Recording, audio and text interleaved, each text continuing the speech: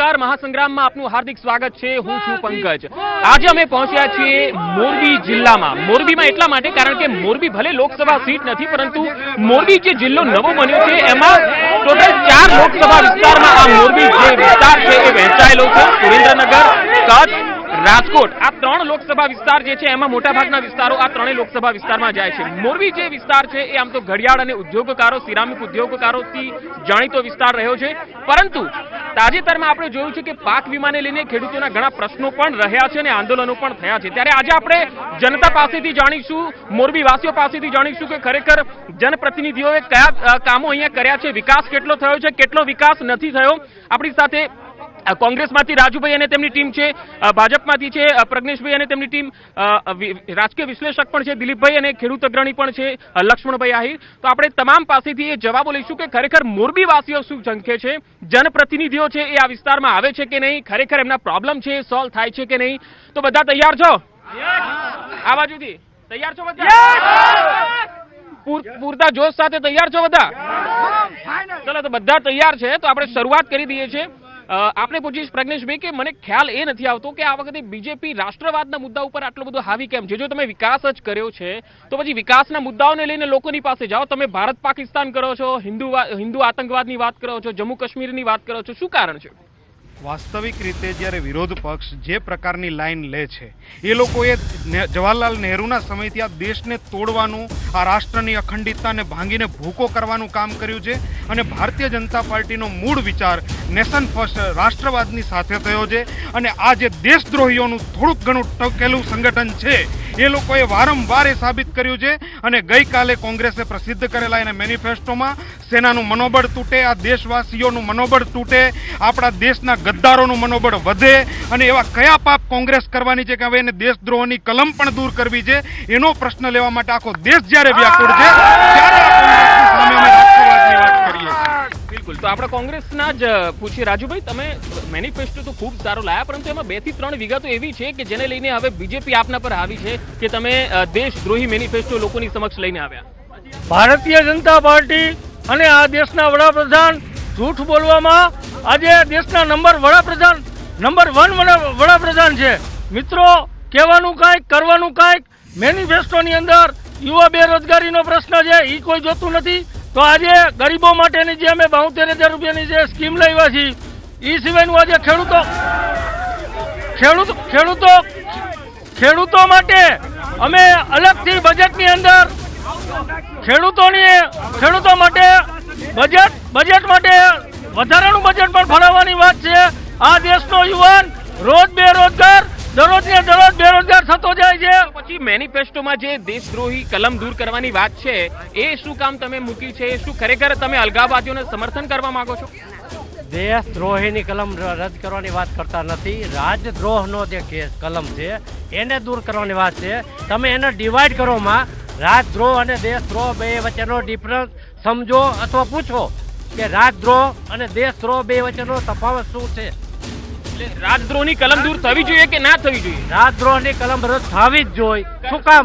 કારણ શું છે કે તમે નાના માણસો ઉપર તમારા સત્તાના જોરે ગમે ના ઉપર રાજદ્રોહની કલમ લગાડો છો। આ આરોપો તો બીજેપી લગાવે છે કે દેશદ્રોહી તમે કલમ જે છે હટાવવા માંગે। અત્યારે નાનામાં નાના કાર્યકર એટલે હમણાંની જ વાત છે કે નાનામાં નાનો કાર્યકર ગણો કે અત્યારે યુવા નેતા હાર્દિક પટેલ ઉપર પણ એને રાજદ્રોહની કલમ લગાવીશું।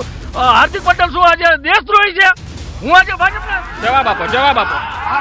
આ દેશની અખંડિતતા, શાંતિ અને સરકારી મિલકતને નુકસાન કરનારો દરેક વ્યક્તિ રાષ્ટ્રદ્રોહી છે। આ દેશના ટુકડા વાત કરનારા કનૈયા કુમારના સમર્થનમાં કોંગ્રેસના અધ્યક્ષ રાહુલ ગાંધી જાય આ દેશદ્રોહ છે। આ કાશ્મીર જિંદાબાદ ની અંદર પાકિસ્તાન જિંદાબાદના લોકો કરનારા લોકો ને રાહુલ ગાંધી સમર્થન કરે તો આ રાષ્ટ્રદ્રોહ છે। જે અલગાવવાદીઓની તમે વાત કરી, મને એનો જવાબ જોઈએ। એક મિનિટ જે અલગાવવાદીઓની વાત તમે કરી રહ્યા છો એ અલગાવવાદીઓને સમર્થન કરતા પીડીપીના પક્ષ સાથે તો તમે જમ્મુ કાશ્મીરમાં સરકાર બનાવી લીધી। આ જ સરકારને અમે તોડી બતાવી છે અને અમે એને જાહેરમાં કીધું છે કે આ દેશની અંદર અમારા માટે રાજનીતિ નહીં, રાષ્ટ્રનીતિ પ્રથમ છે અને જો કોઈ તિરંગાની વિરુદ્ધમાં, આ દેશની વિરુદ્ધમાં કહેશે તો ભારતીય જનતા પાર્ટીનો દરેક સૈનિક। આપણે આવા મુદ્દાથી ભટકે નહીં, રાષ્ટ્રવાદનો મુદ્દો મૂળ મોરબી વાસીઓને શું જોઈએ છે, મોરબીની સમસ્યા છે એ ક્યાંક ને ક્યાંક નજરઅંદાજ થઈ રહી છે એવું લાગે છે આપને અત્યારે? મોરબીની અંદર અત્યારે મેન ગણતરી કરવા જઈએ તો ખેડૂતોનો મેન પ્રશ્ન છે. ખેડૂતોના ઘણા બધા પ્રશ્નો છે. એની અંદર જે અત્યારે મેન પ્રશ્ન, પાયાનો પ્રશ્ન છે તો વીમો છે. ગુજરાત સરકાર દ્વારા 51 તાલુકાઓને અછતગ્રસ્ત જાહેર કરવામાં આવ્યા હતા. એ 51 તાલુકાને જાહેર કર્યા એની અંદર 12% થી 35% સુધીનો જ વીમો પાસ કરવામાં આવ્યો છે. બરાબર. નહીંતર હકીકતની અંદર વસ્તુ એવી હોય છે કે પ્રધાનમંત્રી વીમા યોજનાની અંદર જે વિસ્તારને અછતગ્રસ્ત જાહેર કરે એ વિસ્તારની અંદર 15 દિવસની અંદર જ વીમા પ્રીમિયમની રકમ 25% આપવાની હોય ઓન પેપર અને 100% વીમો આપવાનો હોય. એની જગ્યાએ અત્યારે ખેડૂતો ઉપર કાયદેસરનો અત્યાચાર કરવામાં આવ્યો છે અને ખેડૂતોને 12 થી 35% સુધીનો જ વીમો આપવામાં આવ્યો છે. એટલે ખેડૂતોના ઘણા બધા પ્રશ્ન છે અને મુખ્ય પ્રશ્ન છે આ વિસ્તારમાં. ખેડૂતોનો મુખ્ય પ્રશ્ન છે પાક વીમો નથી મળતો આ વિસ્તારમાં. આ વિસ્તારમાં નહીં, પૂરા સૌરાષ્ટ્રમાં પાક વીમો મળ્યો જ નથી. અને પાક વીમાના પ્રીમિયમ એવા કમરતોડ લીધા છે, 50% લીધા છે. અને એથી તો એટલા પૈસા સરકાર આપી દે ને તો ખેડૂતને છે ને વાંધો ન આવે. ખેડૂતોને પાકમાં, બિયારણમાં બધી રીતે મારશે. દુષ્કાળ વરસ છે અને વીમો મળતો નથી ઘણા વર્ષોથી. અને પ્રધાનમંત્રી ફસલ વીમા યોજના નહીં, આ તો કિસાન ફસલ યોજના. કિસાન ફસાઈ ગયા છે આમાં. આ ફસલ યોજનામાં કિસાન ફસાયા છે. જવાબ રેડી રાખજો. હવે શરૂઆતથી જ્યારે રાષ્ટ્રનો પ્રશ્ન નીકળ્યો છે ત્યારે હું એના મૂળ સુધી જવા માંગુ છું. આ કોંગ્રેસને તમારે સર્ટિફિકેટની જરૂર નથી, કારણ કે આ દેશને સ્વતંત્રતા અપાવી છે એ કોંગ્રેસે અપાવી છે. જ્યારે 1900 આ બધો જવાબ આપી મોરબીના મૂળ જો તમારે ડિબેટ રાખવી હોય મોરબીના પ્રશ્નો કઈ હજી. હા, હવે આ લોકોને જો એને કોઈને સાંભળવી નથી વાત અને એને તાનાશાહી રાખવી છે. તાનાશાહી નહીં ચાલે, બિલકુલ નહીં ચાલે. મોરબીના મુખ્ય પ્રશ્નો શું છે? મોરબી મતલબ ડેવલપિંગ જ કાંઈ નથી. અહીંયા મોરબીના અમારા સંસદ શ્રી મોરબીના સંસદને હું પૂછવા માંગુ છું. એને દત્તક લીધેલું ગામ બગસડા ગામમાં કેટલી ગ્રાન્ટ એને અત્યાર સુધી પડેવી 1516-17માં એ હું માગવા માંગુ છું. સંસદે હવે મને એ જણાવો, મોરબીના ખેડૂતોને પાક વીમો નથી મળ્યો. અહીંયા કહે છે કે આખા વિસ્તારમાં પાક વીમો નથી મળ્યો. તદ્દન ગલત વાત છે. એક વસ્તુ સમજી લો મિત્રો કે ભારતીય જનતા પાર્ટીની સરકાર આવ્યા પછી ગામડાનો જે વિકાસ થયો છે, સિંચાઈ જે વધી છે, માળિયા તાલુકામાં કોંગ્રેસના આઝાદી પછી 1995 સુધી જે છે એક પણ સિંચાઈ મળતી નહોતી. અત્યારે નર્મદા યોજનાના 20 ગામોને સિંચાઈ મળી રહી છે. ભારતીય જનતા પાર્ટીએ અછતગ્રસ્ત તમામ ખેડૂતોને જે અછતની અંદર 12,600 ખેડૂતોએ આંદોલન કેમ કરવા પડે છે આ વિસ્તારમાં? કરતા જ નથી. માત્ર જે આની અંદર વાંક દેખા લોકો કે જેને મુદ્દો કોઈ છે જ નહીં એ ભરવા માટે થઈને કરી રહ્યા છે. અને તમામ જે અછતની અંદર તમામ ખેડૂતોને 12,600 રૂપિયા ભારતીય જનતા પાર્ટી ગવર્મેન્ટે એના ખાતામાં દાખલ. હજુ ઘણા ખેડૂતો એવા છે કે જેમને પાક વીમો નથી મળ્યો. એક મિનિટ. જો હું કોઈ પણ પક્ષ વિશે વાત નથી કરતો. હા, સાંભળો બધા સાંભળો. જો હું કોઈ પણ કોંગ્રેસમાં ભાજપમાં નથી, એક સામાન્ય વ્યક્તિ તરીકે વાત કરું છું કે હું એમ કહું કે મોદી સારો કે રાહુલ ગાંધી સારો એમ હું નથી કહેતો. હું એમ કહું કે દેશ લેવલે અમેરિકાની જેમ એક ચૂંટણી કરો કે રાહુલ ગાંધીને ઉભો રાખો ને એકવાર મોદીને ઉભો રાખો. જેને વધુ મત મળે ને, જો આ મોદીને ઓછા મત મળે તો હું મોદીને ગુજરાત બોલાવી લઈશ અને જો રાહુલ ગાંધીને ઓછા મત મળે તો એને ઇટાલી મોકલી દઈશ. દેશની વાત છે. તમે બોલો. આખા દેશ. પાક વીમા માટે મેં 13 મુદ્દાનો પ્રશ્ન રજૂ કર્યો છે. 3,000 કરોડ રૂપિયાનો પાક વીમા પ્રીમિયમમાંથી ખેડૂતો પાસે વસૂલ કરેલો છે. આ 13 મુદ્દામાં તમે કયો એ મુદ્દો તમને આપું અને એમાંથી એક પણ પ્રશ્ન આ લોકો કહે છે કે બધા લોકો ખેડૂતોને જે છે એ પાક વીમો આપ્યો છે. મુખ્યમંત્રીને, નાયબ મુખ્યમંત્રીને, કૃષિ મંત્રીને 6 પત્ર લખ્યો છે. પાક વીમામાં 3,000 કરોડનો આ લોકોએ કૌભાંડ આચર્યું છે. એનો એક પણ પ્રશ્નનો જવાબ જાહેરમાં માંગુ છું. એક પણ પ્રશ્નનો જવાબ આપે કોઈ આપતું નથી. તમે શું કહો? અમે એવું કહે છે કે દિન બ દિન મોંઘાઈ વધતી જાય છે. દિન બ દિન મોંઘાઈ વધતી જાય છે. મહિલાઓની સુરક્ષા નથી. મહિલાઓ કોઈ પણ સેફ્ટ નથી અને મહિલાઓ માટે મહિલાઓની નરેન્દ્ર મોદીને કઈ કિંમત ન હોય, કારણ કે એને એની પોતાની પત્નીને બી કાઢી મૂકેલી છે. બીજી વસ્તુ એ મહિલાઓ કઈ રીતે સેફ નથી? આ વિસ્તારમાં શું જોઈએ છે? મહિલાઓની સુરક્ષા નથી. મહિલાઓને એક દિવસની અંદર આપણે જોવા જઈએ તો ભારત દેશની અંદર કેટલા બધા રેપો થાય છે, કેટલી બધી મહિલાઓની અસુરક્ષા છે અને ગેસના ભાવ વધ્યા છે. દિન બ દિન મોંઘવારીઓ વધતી જાય છે અને મફત ચૂલા આપે છે, કોઈને નથી આપતા. અહીંયા મહિલાઓ છે ઘણી બધી. મહિલાઓ અહીંયા કહે છે કે મહિલાઓ સેફ નથી આ વિસ્તારમાં, ગેસના ભાવ વધી ગયા છે, મોંઘવારી વધી છે. કોણે કીધું ગેસના ભાવ વધી ગયા? મહિલાઓ કહે છે. સામે મહિલાઓ તો બધું કે ના પ્રૂફ છે એની પાસે? પ્રૂફ છે? દરેક વસ્તુને તમે આરોપ લગાવો, તમારી પાસે શું પ્રૂફ છે? નહીં નહીં નહીં નહીં નહીં, એવું નહીં. જો તમે આરોપ કરો છો તો એનો જવાબ એ લોકો આપે છે, એમના આરોપનો જવાબ આપવો પડે. સબસિડી જમા થાય છે અને આજ સુધી તો ધુમાડા ખાઈ ખાઈને મરી ગયા છે. ગરીબ લોકોને તો મફત આપ્યા છે, અત્યારે સબસિડી જમા થાય છે. કોણ કહે છે? ઓકે ઓકે, હા તમે શું કહો? જી ગત વિધાનસભાની ચૂંટણીમાં કોંગ્રેસે એક નવો જુમલો આપ્યો હતો કે અમે ઘરનું ઘર આપશું. ગત વિધાનસભામાં ઘરનું ઘર આપવાનું ઘર આપવાની વાત તમે શું કહો છો? જો નરેન્દ્ર મોદી સાહેબે આવાસ યોજના કરી કે જેનાથી બધાને ઘર મળે, અને અત્યારે મોરબીની જે સમસ્યા છે પાણીની, ગટરની, રસ્તા સફાઈ નથી, એની મોરબીની વાત કરો ને તમે. અહીંયા પ્રતિનિધિ આવે છે ખરા? અહીંયા વિસ્તારની મુલાકાત કેટલી વાર લે? અહીંયા ધારાસભ્ય જ ખોવાઈ ગયા છે, બોર્ડ લાગવા માંડ્યા. સાંસદ ક્યાં? સાંસદ સભ્ય તો આવે છે પણ અહીંયા જો લોકલ ધારાસભ્ય નથી, ગોતવા જવાના, જડતા નથી. પણ જિલ્લો ત્રણ સાંસદ વિસ્તાર લાગે છે ને આ વિસ્તારમાં, સુરેન્દ્રનગર, કચ્છ. તો વિનોદ ચાવડા કેટલી વાર આવે છે એ કહો? વિનોદ ચાવડા તો દર મહિને એકાદી વાર મુલાકાત લે છે, પણ અહીંયા નગરપાલિકા કાંઈ કરતી નથી. ધારાસભ્ય તો મળ્યા જ નથી 2 વર્ષથી. અને આ બાજુ છે ધારાસભ્ય ખોવાયા છે એવું કહે છે, સાંસદ કેટલી વાર આવે? ધારાસભ્ય ખોવાયા એ વાત બિલકુલ ખોટી છે, પણ 5 વર્ષની અંદર સંસદ સભ્ય માત્ર અને માત્ર ભારતીય જનતા પાર્ટીના કાર્યક્રમમાં આવે છે, લોકો માટે, લોકો વચ્ચે નથી આવતા. ત્યારે આ યુવા કોંગ્રેસ દ્વારા એવી માંગણી છે ગુજરાતની અંદર 25 વર્ષથી ભારતીય જનતા પાર્ટીનું શાસન હોય ત્યારે ગુજરાતમાં મોરબીની અંદર એક પણ સરકારી કોલેજ ભારતીય જનતા પાર્ટીની સરકાર આપી શકી નથી, અને માત્ર ને માત્ર યુવાનોને લેવા માટે ને યુવાનો તરફી મતદાન કરવા માટે ખોટા જુમલાઓ દેખાડી રહી છે. ત્યારે હા તમે શું કહો છો? 150 કિલોમીટર અમે ભણવા ગયા હતા, લો ભણેલા છીએ, 150 કિલોમીટર ભણ્યા. આજે બધા વિદ્યાર્થી માટે 2 લો કોલેજ આપી છે, મોરબી જિલ્લાને 2 કોલેજ ફાળવી છે. ભાજપની સરકારે 2 લો કોલેજ મોરબી જિલ્લાને ફાળવી છે. શિક્ષણની સ્થિતિ જે આજે સારામાં સારી મોરબી જિલ્લામાં ભાજપની સરકારમાં થઈ છે. વિકાસ ખરેખર થયો છે? શું જોઈએ છે? આજની તારીખમાં ગુજરાતની અંદર દુષ્કાળ છે. દુષ્કાળગ્રસ્ત જિલ્લાની અંદર સરકારે જાહેરાત કરી છે પશુઓને ઘાસચારો અને પાણી આપવું. દુષ્કાળ 10મા મહિનામાં ડિક્લેર થાય છે, તો 10મા મહિના પછી આજે આ ફેબ્રુઆરી માર્ચ પૂરો થયો તો હજી સુધી કોઈ જગ્યાએ ઘાસ પહોંચ્યું નથી. ગાયો અને પશુઓ ટપોટપ મરી રહ્યા છે. અને આ બીજું છે, નેતાઓ આવે છે વિસ્તારમાં? કોઈ આવતું નથી, ખાલી જાહેર. હજી સર્વે પૂરો નથી થયો, હજી પશુની ગણતરી ચાલે છે. આને શું ભેળ પૂરી નાખવા? નેતાઓ વિસ્તારમાં આવે છે? આંગળી ઊંચી કરો. નેતાઓ વિસ્તારમાં આવે છે? નેતાઓ વિસ્તારમાં આવે છે? વિસ્તારમાં આવે છે નેતાઓ? હાથ ઉપર કરી. નેતાઓ વિસ્તારની મુલાકાત લેવા આવે છે. થોડા કામથી આ બાજુ રાખો, ખાલી આરોપબાજી ના કરો.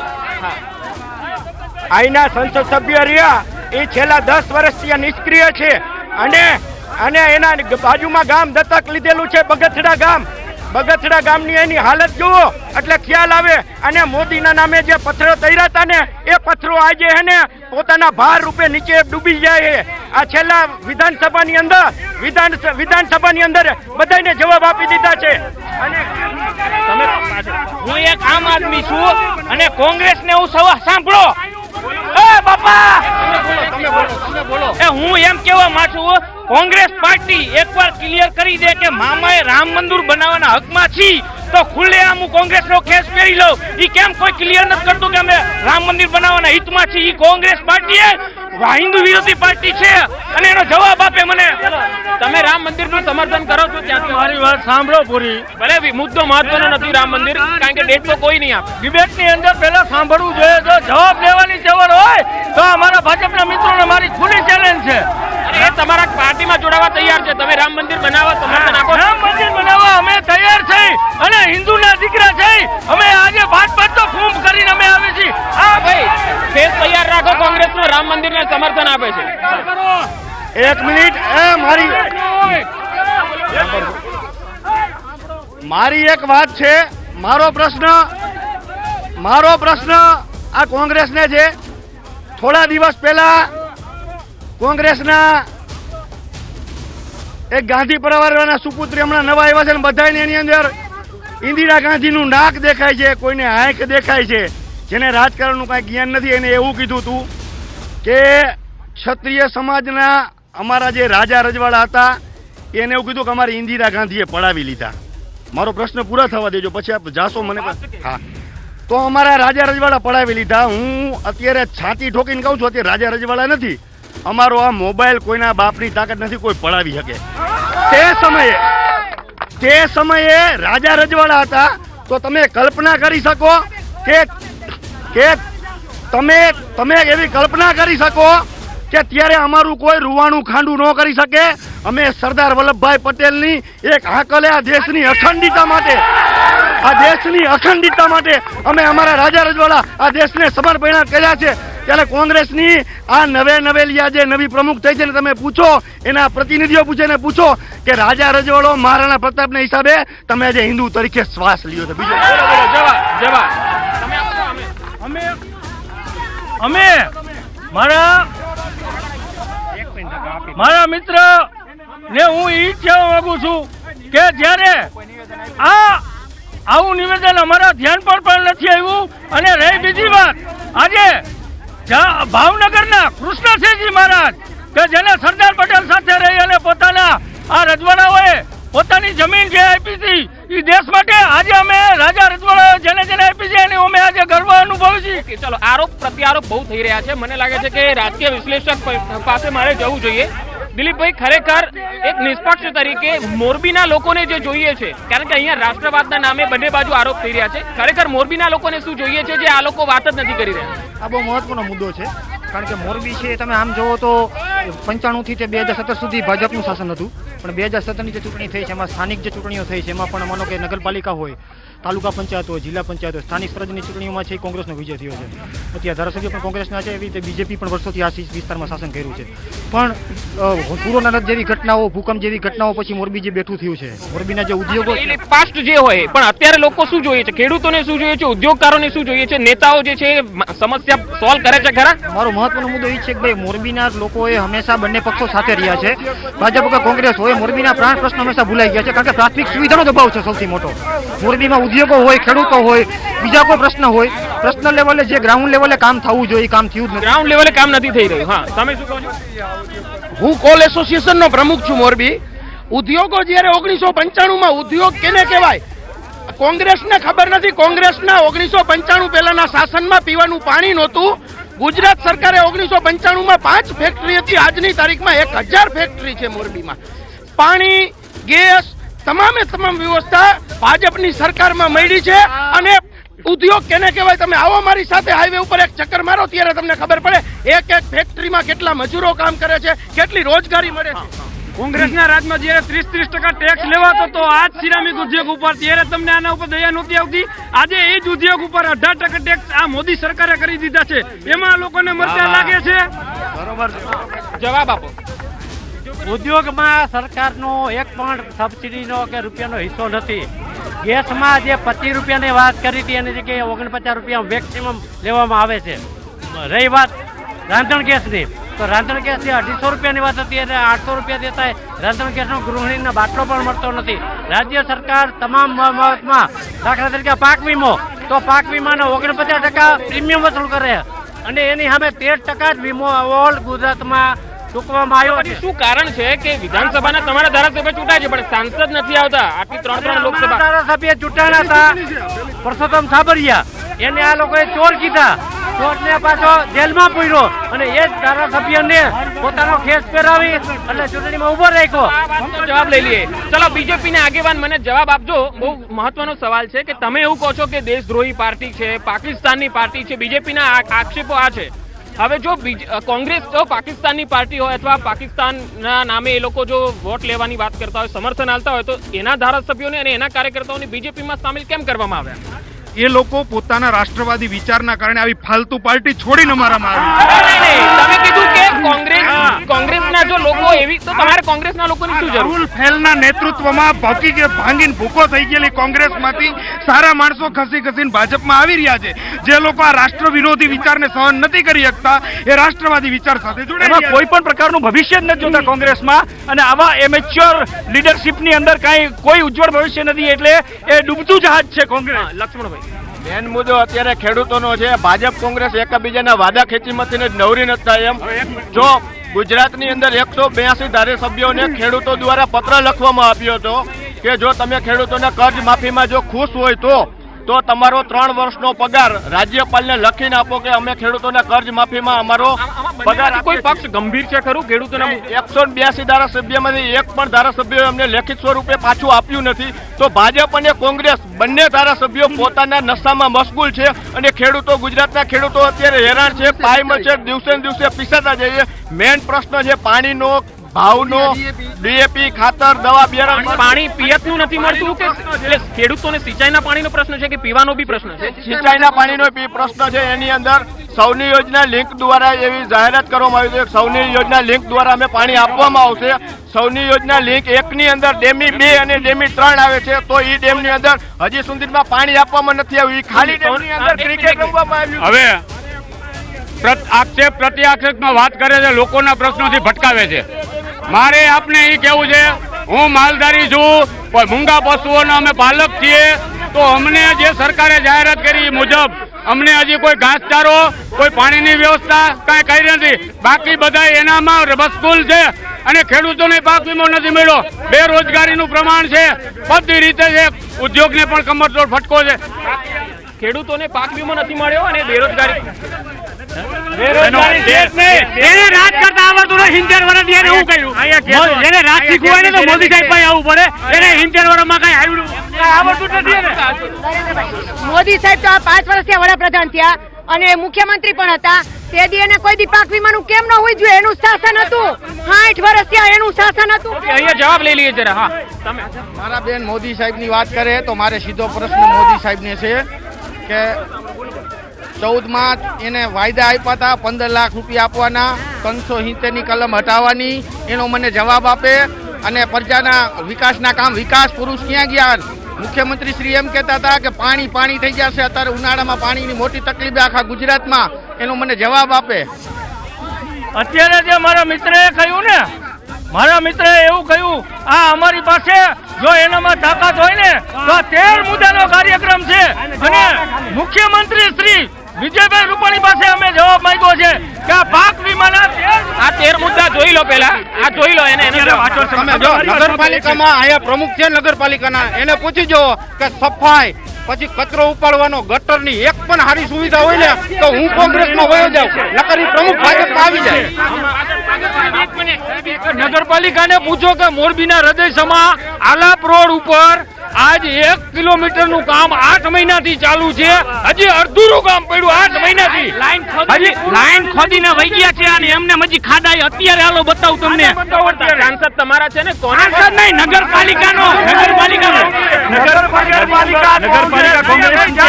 એનું અણઘડ શાસન જો, એનું અણઘડ શાસન જો. એમને શાસન કરતા આવડતું નથી. નગરપાલિકા અમારી પાસે હતી ત્યારની સ્થિતિ મોરબીની નગરપાલિકાને પ્રશ્ન ખરેખર એવી કોઈ વાત જ નથી. માત્ર ને માત્ર કોંગ્રેસ શાસિત નગરપાલિકા છે એટલે કોંગ્રેસને બદનામ કરવા માટેના પ્રયત્નો થઈ રહ્યા હોય ત્યારે મોરબી નગરપાલિકા દ્વારા છેલ્લા જે 20 વર્ષમાં કામ નથી કરવા એવા ઘણા બધા રોડ અને રસ્તાઓના કામ મોરબી નગરપાલિકાઓ દ્વારા જે આરોપો કરે છે કે વાત કરો. આ ભાઈએ જે આપણે વાત કરી, મોરબી નગરપાલિકાના માજી પ્રમુખ આ પાણી ગટરના રસ્તાના અને આવાસ યોજનાના પ્રશ્ને એડવાન્સમાં આજની તારીખે જામીન મેળવી રહ્યા છે. માજી પ્રમુખ નગરપાલિકાના જામીનની વાત તો બંને બાજુ છે. બંને બાજુ ગુનેગારના, બંને બાજુ આરોપો થયા હોય એવા ઘણા ધારાસભ્યો. મારે ભારતીય જનતા પાર્ટી અને કોંગ્રેસના કાર્યકર્તાઓને એ પૂછવું છે કે તમે રાષ્ટ્રીય રાજનીતિ કરવા માંગો છો કે મોરબીના લોકલ પ્રજાના પ્રશ્નોના વાચા આપવા માંગો છો? એનો પેલા ભારતીય જનતા પાર્ટી અને કોંગ્રેસના મિત્રો મને જવાબ. નજરઅંદાજ થઈ રહ્યા છે એવું લાગે છે. મોરબીના પ્રશ્નો, લોકલ પ્રશ્નો નજરઅંદાજ કરે છે અને રાષ્ટ્રીય મોરબીમાં નગરપાલિકા કોંગ્રેસની છે, ધારાસભ્ય કોંગ્રેસના. માથા પર માર્કેટ છે.